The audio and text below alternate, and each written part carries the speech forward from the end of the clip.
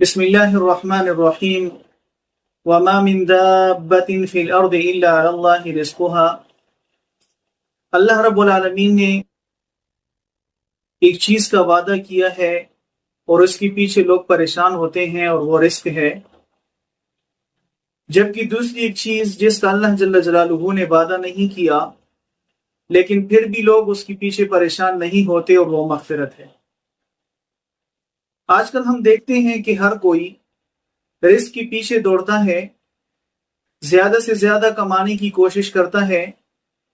زیادہ کمانا یا زیادہ ہونا کافی نہیں ہے، بلکہ اصل کامیابی رزق کے اندر برکت کی ہے۔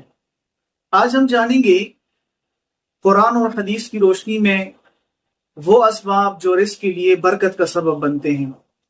سب سے پہلا جز جس کے ذریعے سے رزق بڑھتا ہے وہ ہے تقوی اختیار کرنا۔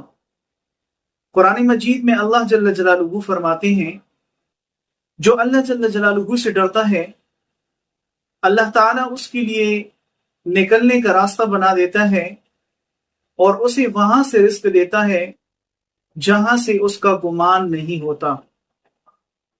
جو شخص گناہوں سے بچتا ہے اللہ جل جلالہ اس کے رزق میں ایسے ایسے طریقوں سے اضافہ کرتا ہے جس کا وہ تصور بھی نہیں کر سکتا۔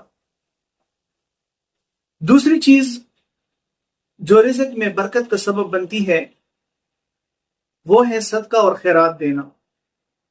صحیح مسلم کے اندر ایک حدیث ہے جس میں آپ صلی اللہ علیہ وسلم فرماتے ہیں کہ صدقہ دینے سے مال کم نہیں ہوتا۔ بظاہر ہمیں صدقہ دینے سے مال کم ہوتا دکھائی دیتا ہے، لیکن حقیقت میں اللہ جل جلالہ اس مال کے اندر ایسی برکت دے دیتا ہے کہ ضروریات آسانی سے پوری ہوتی ہیں۔ تیسری چیز جس کے ذریعے سے رزق کے اندر برکت آتی ہے وہ ہے صلہ رحمی۔ نبی کریم صلی اللہ علیہ وسلم حدیث پاک کے اندر فرماتے ہیں جو شخص چاہتا ہے کہ اس کی عمر دراز ہو اور اس کے اندر کشادگی ہو تو وہ صلہ رحمی کرے۔ رشتہ داروں سے اچھا سلوک کرنا نہ صرف رزق میں برکت کا سبب بنتا ہے بلکہ زندگی میں سکون بھی لاتا ہے۔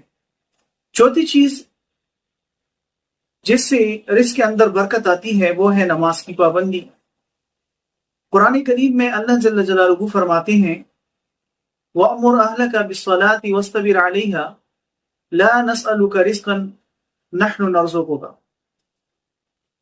اپنے گھر والوں کو نماز کا حکم دو اور خود بھی اس پر قائم رہو، ہم تم سے رزق نہیں مانگتے بلکہ ہم خود تمہیں رزق دیتے ہیں۔ جو بندہ نماز کا پابند بنتا ہے اللہ تعالیٰ اس کی رزق کی ذمہ داری خود لے لیتا ہے۔ استغفار کی کثرت رزق کے اندر برکت کا سبب بنتی ہے۔ حضرت نوح علیہ السلام کا ایک قول جو کہ قرآن مجید کے اندر موجود ہے، آپ نے اپنی قوم سے کہا تھا فَقُلْتُ اسْتَغْفِرُوا رَبَّكُمْ إِنَّهُ كَانَ غَفَّارًا يُرْسِلِ السَّمَاءَ عَلَيْكُمْ مِدْرَارًا۔ میں نے کہا اپنے رب سے معافی مانگو، وہ بہت بخشنے والا ہے اور وہ تم پر آسمان سے خوب بارشیں برسائے گا۔ روزانہ کم از کم 100 بار استغفر اللہ کہنا معمول بنائیں، اس سے اللہ جل جلالہ آپ کے اوپر رزق کے دروازے کھول دے گا۔ 5 باتیں جن کا آج ہم نے ذکر کیا جو رزق کے اندر برکت کا سبب بنتی ہیں، ہمیں چاہیے کہ پابندی سے ان 5 اعمال کے اوپر عمل کریں اور اس کے پیچھے بھاگنے کی بجائے اللہ کے احکام پر عمل کریں۔ اللہ جل جلالہ خود ہمیں رزق پہنچائے گا۔